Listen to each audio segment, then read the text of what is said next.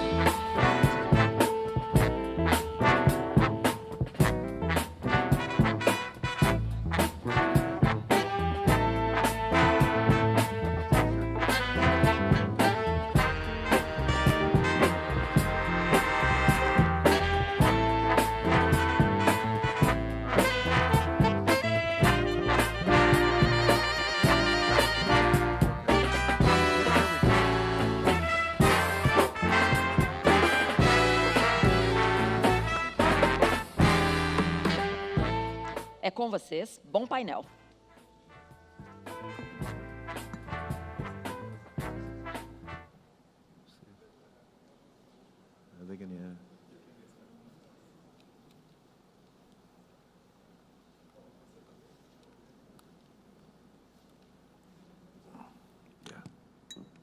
Too many wires.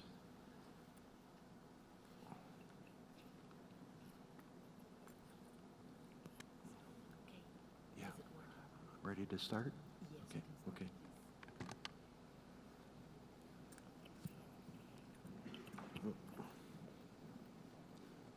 That's okay, yeah.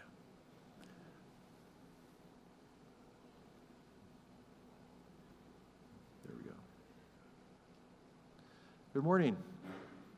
So I'll be speaking in English, and I'm going to be talking about the theme is smart cities and sustainable energy. So we'll talk about the grid, and we'll talk about how can we prepare the grid for sustaining smart cities and for renewable energy, okay? I'm John McDonald. I'm with GE from Atlanta, Georgia, and I've been working in the area of adding intelligence to the grid for over 40 years, for about 43 years. Full-time, and so I've been very involved with industry standards, which is very important, and with adding intelligence to the grid, you know, automation systems, software analytics, and intelligent devices, okay? So I wanted to look at three areas. One thing that is very important today is we're moving from a centralized architecture to more of a distributed architecture. And we're also moving from centralized generation, right, to more distributed generation. So instead of just having big power plants, we're putting wind and solar, for instance, in distribution systems and at customers' homes. We're also putting many more controllers on the edge of the grid. Okay, we call this the edge, or the grid edge controllers. Now, we need to know what's happening on the grid. So we're putting many, many more sensors and devices out on the grid, which puts more emphasis on communications, because we need to connect all of these devices so we have that information.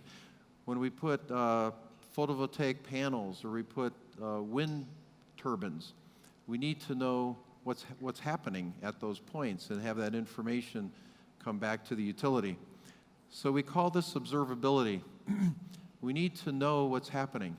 And for instance, with respect to observability, in the United States, as an example, we have 52,000 distribution substations but only 2/3 of those have automation installed, okay? Which means 1/3 of those distribution substations are unobservable to the electric utility. There's no information going to the control center, those substations. If you live in a home that's connected to one of those substations, when your power is out, the utility doesn't know it. You have to wait for your phone call to tell them because they don't have any equipment in that substation, okay? So observability is very important. We have, at GE, we have over 300,000 assets, for instance, transformers, that we're remotely monitoring and diagnosing on a continuous basis, okay? And that's very important because a transformer, whether it's in the United States or in Brazil, most of our transformers are old. You know, we have an aging infrastructure. In the United States, the average age of a transformer is over 42 years old. And it's a multi-million-dollar asset. We can't afford to replace all of these at the same time. So with a small investment in monitoring and diagnostic, right, intelligence, we can extend the life of these assets for quite a while, okay? So for a very small investment compared to what the transformer, what it would cost to replace it, we know the health on a continuous basis, and we can extend the life for a long, long time. And from a business case point of view, if we delay the purchase of a $2 million asset by 2 years, we save 10%. So it's a very strong business case, okay? We also have over 10,000 phaser measurement units installed. So we're used to getting information about every 2 seconds on the grid. With the advent of what we call phaser measurement units, or what we call synchro phasers, we can get information now many, many times per second. So much finer, what we say, finer granularity, or much more detailed information about the grid, which gives us much more insight into like stability, transient stability of the grid. We have a much better idea of what's happening with the grid. I think what's really important is, look at a wind turbine. The processing capability in the control of a wind turbine has increased 15 times in the last 10 years, the computing power, okay? Which means that there's so much more information and more analytics that we built into the wind turbine itself. And the controllers we put in substations, and I began the field many, many years ago of substation automation back in the 1990s. It's something I've been very involved with. Substation controllers in the last 10 years are 30 times more powerful, compute-wise, just in the last 10 years. So we're doing a lot more on the edge of the grid because we need to know what's happening. We're also doing a lot more with utility operations. This is the control center, right? And we have a term called SCADA, Supervisory Control and Data Acquisition. And the fundamental system, computer system in a control center is a SCADA system, acquiring data and doing remote control. If it's a system for generation and transmission, we call that an EMS, an energy management system. If it's a system for distribution, it's called a DMS, a distribution management system. And we're controlling like 3 times the assets today than we did just 10 years ago in an EMS, generation and transmission. There's much more going on with distribution. Previously, utilities didn't feel the need to put a distribution management system in because their distribution systems were very simple. Today, when we add distributed generation to the distribution system, we designed the distribution system for flow of electricity in one direction, right, from source to load. Now when we put renewables on the system, we have generation now downstream, right, solar and wind, and we have electricity now flowing in 2 directions. It's much more complicated. So utilities now need a separate SCADA system, a separate control system to manage the complexity of the distribution grid. And then the MMS is the market management system. This is where buying and selling of electricity, we have a special computer system that looks at cost, locational marginal pricing, and cost of the buying and selling of electricity. So basically, just in the last 10 years, the computing capability has increased tremendously. So we're able to handle much more data, but we're able to do computations much faster. And then in the cloud, the main thing is the cloud is very real, okay? And architectures now for computer systems are cloud-based, okay? And to a great extent, we're using much more of the cloud, of course, with cybersecurity, right, which is very important. And the future platform, and very soon, for all these control systems, whether it's an EMS or DMS, will be totally cloud-based, okay? The consensus of the 5 major manufacturers of EMS systems for generation transmission are that very, very soon, the architecture will be completely cloud-based. So this is very real, and have tremendous capability for computation, for analysis. So let's think about when we operate the grid, what we've been doing is, because we don't have a lot of information on exactly what's happening on every line and every substation, we have to make conservative assumptions about the limits, right? How much electricity can we put through that line? Well, if we don't have real-time information coming back, we have to make assumptions, right? And that assumption is always very conservative. And what does that mean? That means if we have a conservative assumption, there's some capacity in that line that we're not able to use because we've made a conservative assumption about what the limit is, okay? Maybe 10%, 20%, and that translates into dollars, right? Into money that we aren't able. So what we're doing now, better grid utilization, is let's know exactly what's happening on that transmission line or that distribution line or in that asset, that transformer, and we can squeeze more capacity out of our existing infrastructure, right? We can use our infrastructure to be more efficient. And that prevents us from needing to build a new substation, right? Or build a new line. Let's use what we have more efficiently. And we said, imagine 30% of higher utilization with our assets. We aren't buying anything new, we're just able to use what we have more effectively.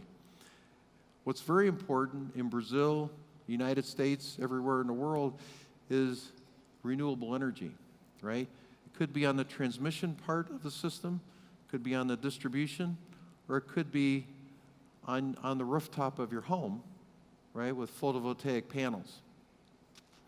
Imagine 50% more renewables being able to be integrated into the grid because of many things that we've done to free up more available capacity to be able to connect renewables to the grid.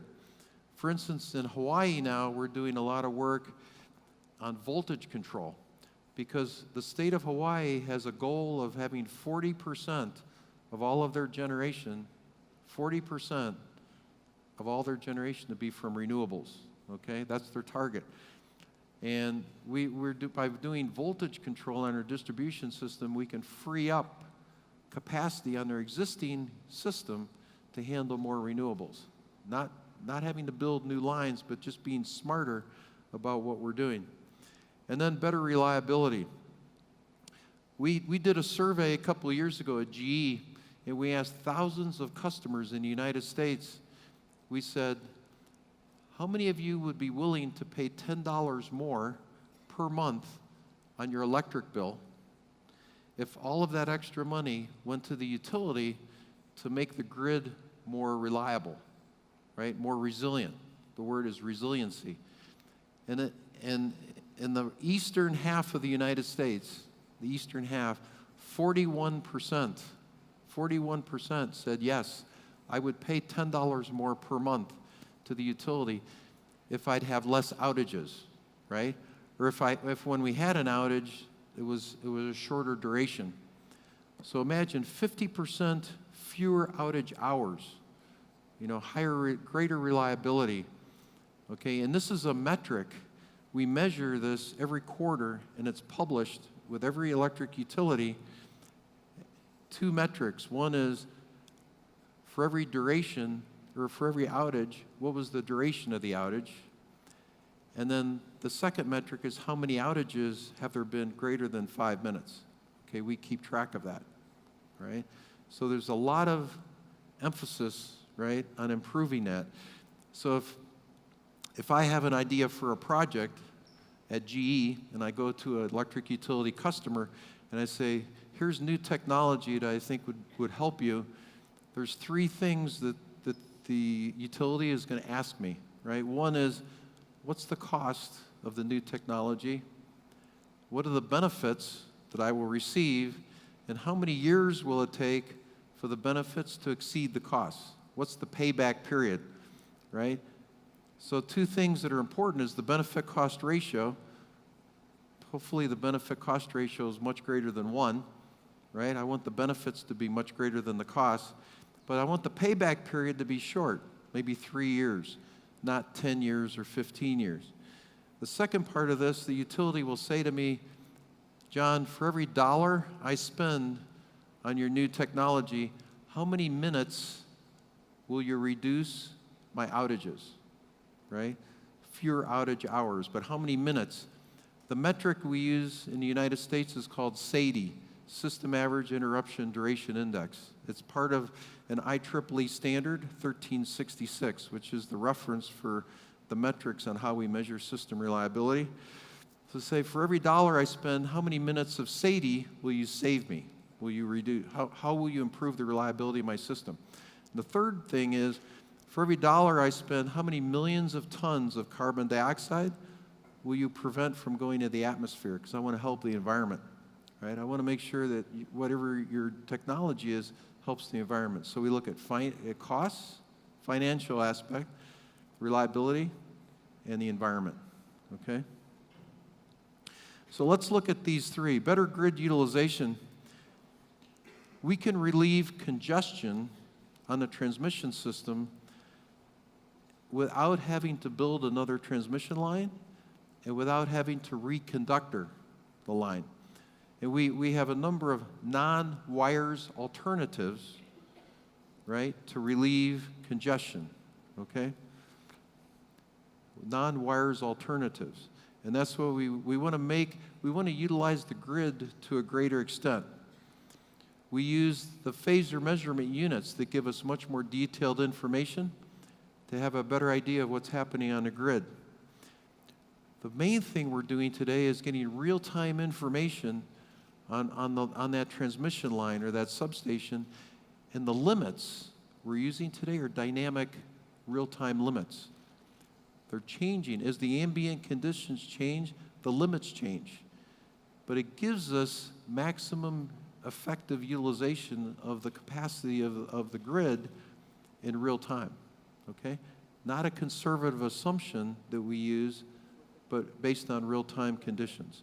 And this is huge. This is, 10 or 20% or more greater utilization of the existing infrastructure. We can change the impedance of the transmission line. We know that an electron flows to the path of least resistance, right? We have technology today we can put on a transmission line that dynamically changes the impedance of the line, and we can route those electrons in the path that we want them to go to relieve congestion. Okay, we just had a speaker 2 weeks ago at a GE Customer Summit from Minnesota Power. They have 54 of these devices installed on a 115 kV line and when they turn these on, the impedance of the line changes and the flow of electricity, you can control it, okay? So and then we can use high voltage power electronics, fax devices, static VAR, different high voltage power electronics to control the flow on the lines. We can use energy storage, right, to help both with intermittency of renewables, but also for peak deferral. So the applications of energy storage are either power, either instantaneous, like the intermittency of renewables. There we typically use more lithium-ion type chemistry, but if it's a longer term, more of an energy, not power, but energy application, sodium sulfide or other technologies are better for a longer term peak deferral, okay?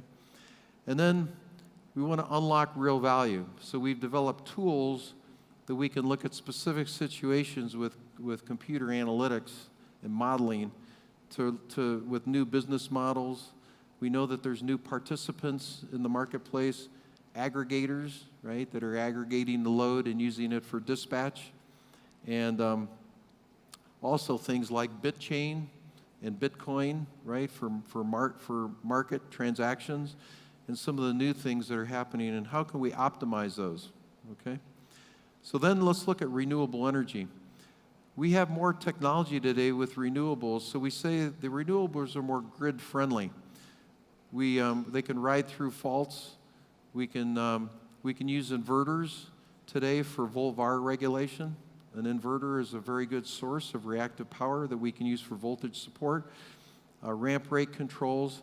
So today with renewables and the intelligence that's built into the inverter and the renewable itself, they're much more friendly to the grid.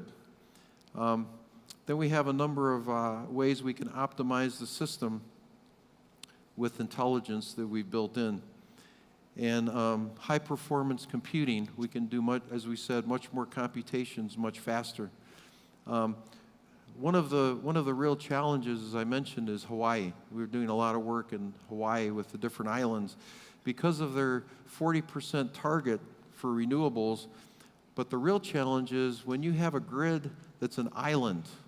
So think of here, it's a country that's an island, so they have no tie lines, right?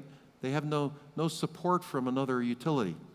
One thing in the United States is we have 48 states that are all interconnected. So if there's a problem, instantaneous problem with one utility, you have support right away from the interconnections, right? You're interconnected with other utilities.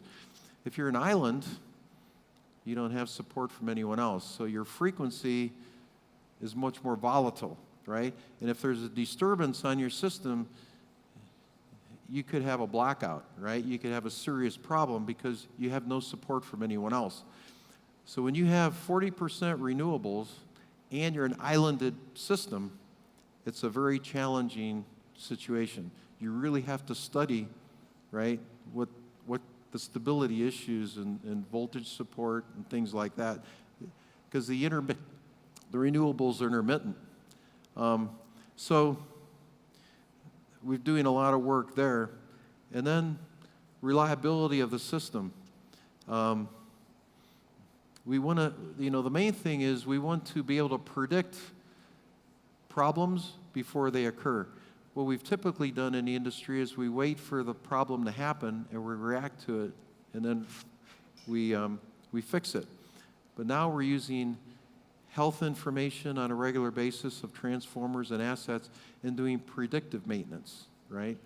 So we're only maintaining those things that need help.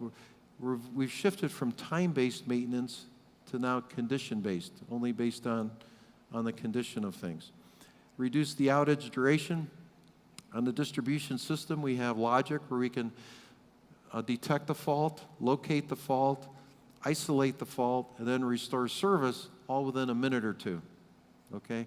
We can do upstream restoration from the fault and downstream restoration all automatically with no human in the loop. Okay? Close the loop and have what we call a self-healing grid, okay? So there's a lot of value there because customer satisfaction is very important. And again, these utilities are measured on reliability every quarter. So if we can take the dispatcher out of the loop, the human out of the loop, and do things automatically, the only customers that have an extended outage are those on the faulted segment of the feeder. All those upstream and all those downstream will have power restored within 5 minutes, okay? And 5 minutes is a threshold for these metrics, okay? So, sum up, we have new grid productivity, and it's unleashed by the power of the controls we have today and the compute power. We can connect cleaner and locationally valuable resources. So the value of a distributed resource is very much dependent on its location on the grid. We can incentivize growth of renewables, and engage what we call prosumers. So when a consumer is able to generate electricity at their home with rooftop solar panels, they become a prosumer, right? They're producing as well as consuming. And main thing is delivering reliable electricity that the customers can count on, right? So these are some acknowledgments from some of the information. We greatly use information from the National Renewable Energy Lab, which is in Golden, Colorado. It's part of the Department of Energy. A lot of work with Hawaii National Energy Institute. G Energy Consulting is GE's group that models and does analytics, analyzes the power system. And Pacific Gas and Electric is a customer in the San Francisco Bay Area that is very progressive, and we've done a lot of very innovative work with. Okay? Thank you very much.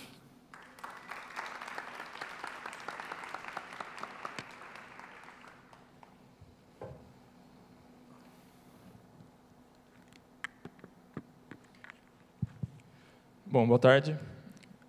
O tema principal da minha apresentação hoje vai ser conexões.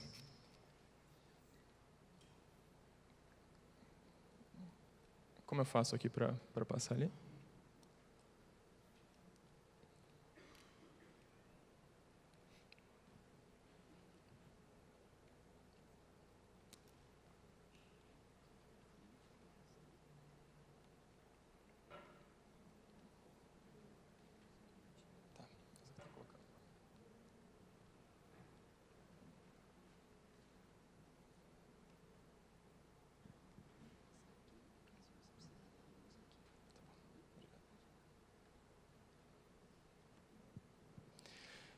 Tudo se baseia em conexões. O significado da palavra, por si só, quer dizer ligar uma coisa a outra, unir dois pontos. A primeira grande conexão que eu tive notícia foi aos meus pais, que se conectaram e permitiram que eu nascesse. Prazer, meu nome é Rodrigo Palos, eu sou mineiro de uma cidade bem pequenininha do sul de Minas, chamada Guaxupé, e tenho 29 anos. A segunda conexão importante que eu tive foi com a faculdade. Eu me formei em administração de empresas pela USP Ribeirão, e lá eu tive a certeza que eu gostaria realmente de abrir minha própria empresa, de seguir pelo caminho do empreendedorismo. Lá eu conheci algumas pessoas incríveis, dentre elas Ricardo e Felipe, que são meus sócios atuais, e naquela época a gente criou uma empresa chamada Cargo BR.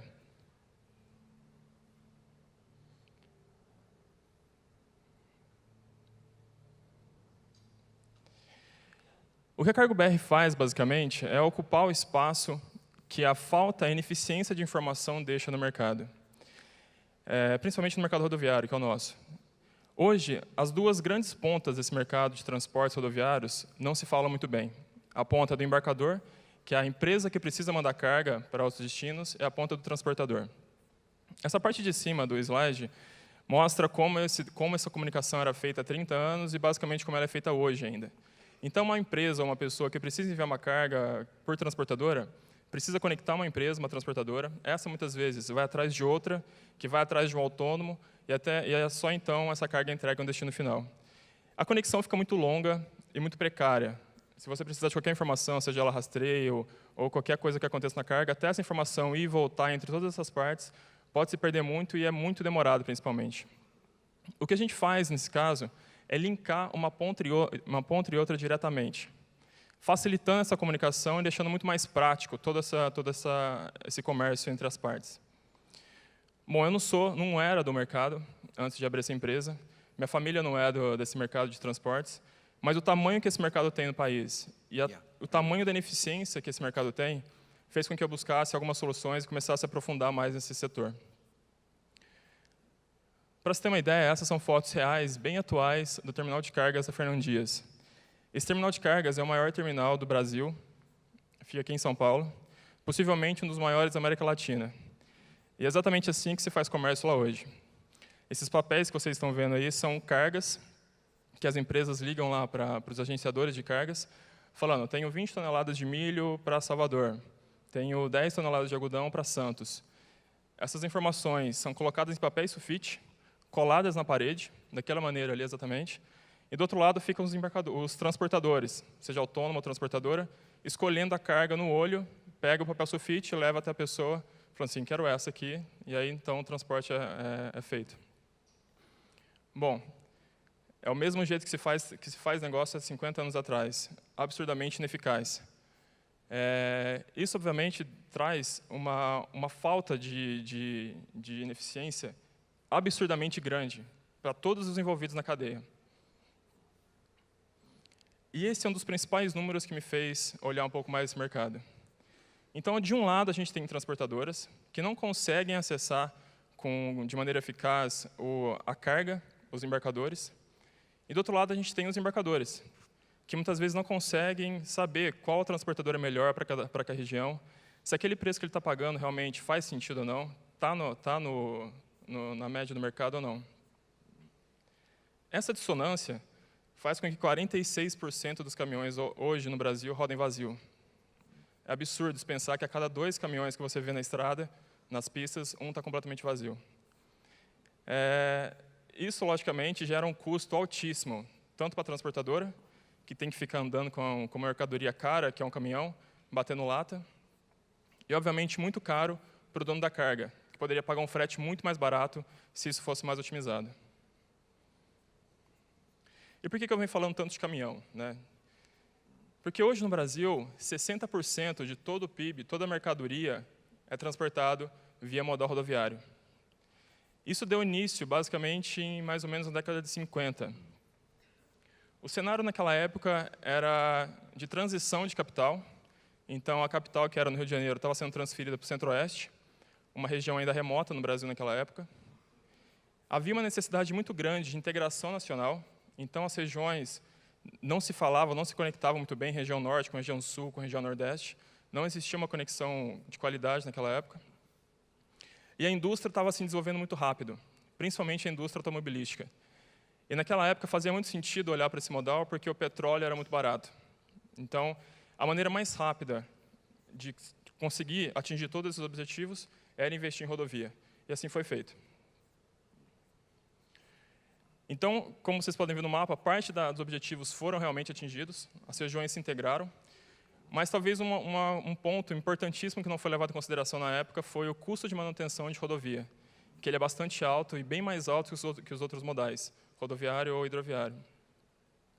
E a partir da década de 70, com a crise do petróleo, o preço aumentou muito, e as manutenções e criações de novas rodovias basicamente caíram a quase zero, caíram drasticamente. Então, o que já não era muito bom acabou ficando pior ainda. Esse é um outro número que eu acho absurdamente ruim assim, para a situação nossa. Hoje, o Brasil tem uma das maiores malhas rodoviárias do planeta. Né? São quase 2 milhões de quilômetros de pista. Mas dessas pistas, apenas 14% é pavimentada. É muito baixo. Só 14% das pistas que a gente tem no Brasil, dessa malha toda, tem pavimento. E o pior, dessas 14%, só 28% é considerado boa.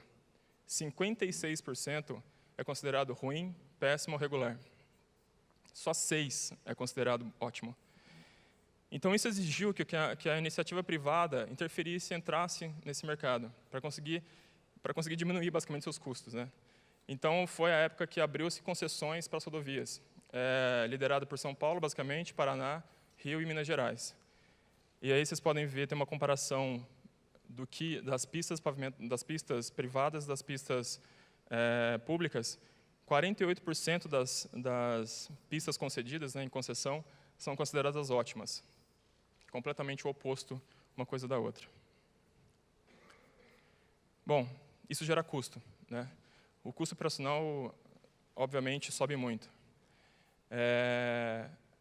Aqui a gente pode ver que o norte é o que mais sofre com isso. Ele tem um aumento, as mercadorias que vão para lá, as empresas que compram de lá, tem um aumento basicamente de 40% no custo operacional do transporte devido à pavimentação das rodovias. Então, para você ter uma ideia, uma base de comparação, uma mercadoria que sai de São Paulo e vai para Manaus demora hoje, se tudo correr bem, 30 dias. Mas, obviamente, muitas coisas podem acontecer. O rio enche demais, pode ter problema na pista, caminhão quebra, tudo mais. A gente, na Cargo, tem uma média de entrega de 45 dias para a região norte, para Manaus. A região, ok, São Paulo, Manaus é uma área muito longe, né? São quase 4.000 quilômetros, mas em situações normais de pista, rodando em média 6 a 7 horas por dia, isso poderia ser feito em 7 dias. Então a gente leva mais de 5 vezes o que deveria ser levado. Obviamente o custo explode, né? Bom, por si só os números já são muito ruins, né? Mas e como que é isso comparado a outros países com uma dimensão próxima do que o Brasil tem? E aí a gente vê o tamanho do atraso que a gente está, né? Perto de países como China, Índia, Rússia, né? A gente tem, aqueles 14% da malha rodoviária pavimentada representam 220 mil quilômetros rodados. Um país como a China tem 1,5 milhão. Um país como a Índia também tem 1,5 milhão. Estados Unidos tem 4 milhões, mais de 4 milhões de rodovias pavimentadas, com uma extensão não muito maior que a do Brasil. Ferrovias, também é absurdamente mais baixo. O Brasil tem só 29 mil quilômetros de ferrovias, contra 86 China, 64 Índia e 200 Estados Unidos. E o principal ali, que talvez me chama mais atenção, é hidrovias, né? Um país tão rico em água e rios como é o nosso, só tem 14 mil quilômetros de hidrovias. Só perde ali para o Canadá, que tem mais da metade do seu território congelado no todo, né? Bom, apesar de todos esses números ruins, o setor rodoviário no Brasil é um dos setores mais representativos na economia. Ele movimenta quase 300 bi de reais por ano. Ele representa 5% do PIB nacional, gera mais de 5 milhões de empregos formais direto. Isso entre um pouco mais de 130 mil empresas registradas na NTT, formal. Esse número pode triplicar facilmente se a gente considerar empresas informais. Então, é um mercado absurdamente grande, com uma ineficiência absurdamente gigante. Bom, fica claro para a gente que desenvolvimento está muito atrelado à conexão, a boas conexões. A gente viu que no cenário macro a gente não está muito bem. Como é que vai no cenário micro? Como é que estão nossas cidades atualmente em relação a conexões? Das 10 principais cidades, das 10 maiores cidades com piores trânsitos do mundo, o Brasil tem 3.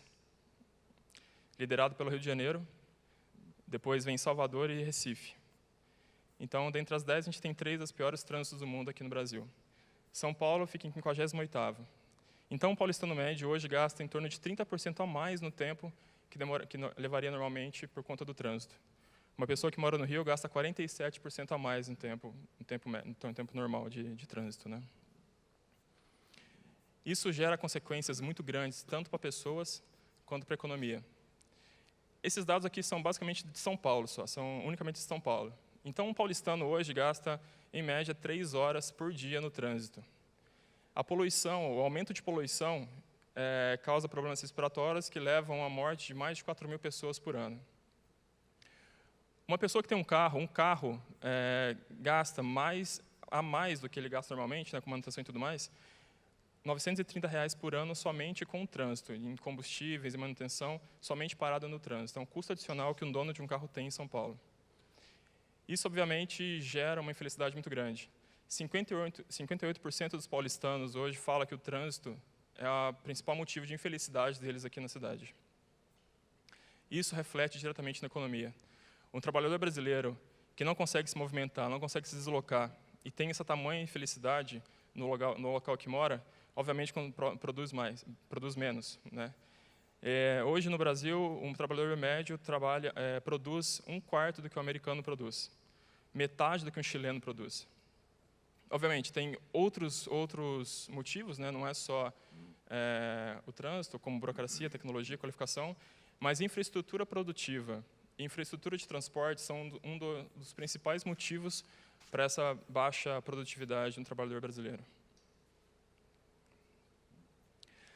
As cidades inteligentes têm que ser feitas para pessoas, não para carros, né? Bom, mas esperar que isso mude com uma rapidez depende de governos, depende de iniciativas que podem demorar muito tempo. A mensagem que eu quero deixar aqui é que a gente consegue minimizar isso, consegue reduzir tudo isso com soluções imediatas, utilizando a tecnologia. Então, existem várias iniciativas pelo mundo, e no Brasil, inclusive, em São Paulo, inclusive, que conseguem minimizar todos esses números. E consegue passar a olhar tudo isso, que aparentemente pode ser algo ruim, como uma grande oportunidade de mercado. Então, empresas como a Cargo BR, que trabalham no setor logístico de transporte, tentando otimizar a conexão das malhas rodoviárias entre transportador e embarcador. Empresas como a Show, a Cútuplus, que tem uma proposta de transporte coletivo on demand. Então, eles possuem micro-ônibus e minivans que você chama pelo celular e consegue fazer o trajeto dos usuários como se fosse um Uber Pool, mais ou menos, né? E consegue otimizar tanto o trânsito quanto tempo de destino e preço, principalmente. E outra iniciativa que tem aqui em São Paulo, que funciona aqui em São Paulo atualmente, que é a MobCity, que funciona para caronas corporativas. Então, é otimizar a ida e a vinda de funcionários da mesma empresa. Então, empresas grandes como Natura, como Bosch, que tem um volume muito grande de ida e vinda de funcionários, se utilizam dessa plataforma para conseguir otimizar toda essa ida e vinda. A mensagem é essa. Apesar de ser números bastante ruins, eu queria que a gente saísse daqui pensando como poder trabalhar em cima dessas oportunidades, não só ficar esperando que algo aconteça e chorando pelos cantos, comparando a gente com outros países, né? Conexão é muito importante. Eu creio que isso pode ser, talvez, uma das maiores oportunidades que a gente tem no Brasil atualmente. Trabalhar em cima de tecnologia, em cima de conexões. Obrigado.